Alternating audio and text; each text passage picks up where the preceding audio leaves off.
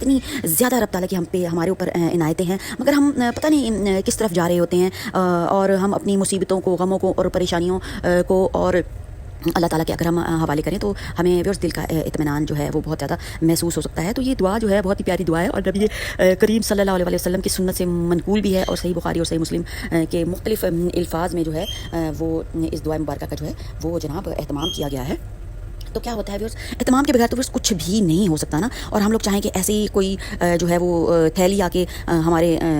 مطلب گر جائے ہمارے آنگن میں، تو ایسا نہیں ہوتا، ہر چیز کے لیے محنت کرنی پڑتی ہے۔ جب ہم نے پانی پینا ہوتا ہے تو جناب ہم اٹھ کے گلاس کو پہلے بھرتے ہیں اور پھر ہی ہم پانی پیتے ہیں نا، کوئی گلاس مطلب خود سے تو ہمارے پاس نہیں آ جاتا۔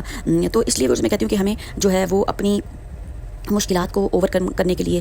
ہمیں کیا کرنا ہوتا ہے، دعاؤں کا سہارا لینا ہوتا ہے، اور اس کے بغیر ہم کچھ بھی نہیں، کیونکہ ہم ظاہر رب کی مخلوق ہیں، اور اگر رب نہیں چاہے گا تو ہم لوگ کچھ بھی نہیں کر سکتے، اور ہم ویسے ہی جو ہے نا وہ جناب ایک ترم خان بن کے پھر رہے ہوتے کہ بے شک اللہ تعالیٰ نے ہمیں اشرف المخلوقات بنایا ہے، پر اللہ نے اس لیے تو نہیں بنایا کہ ہم لوگ ترم خان بنے، اللہ نے ہمیں اشرف المخلوقات اس لیے بنایا ہے کہ ہم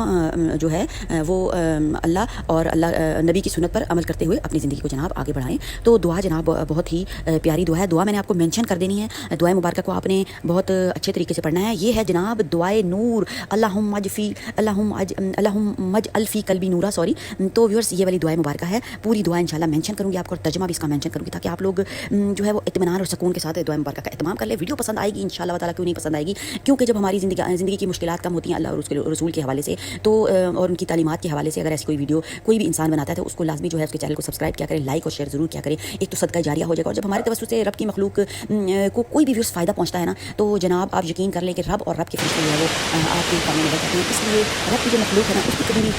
جو ہے وہ کمی نہیں کرنی چاہیے۔ پتہ نہیں کون سا بندہ کس روپ میں آپ کے پاس آتا ہے، کیا پتہ وہ رب تعالیٰ کا فرشتہ ہو اور اللہ تعالیٰ نے ہماری آزمائش کے لیے بھیجا ہو۔ تو ویسے بہت ہی زیادہ زندگی میں جو ہے وہ کیئرفل رہنا چاہیے کہ ہمارے جو ہے ذریعے سے،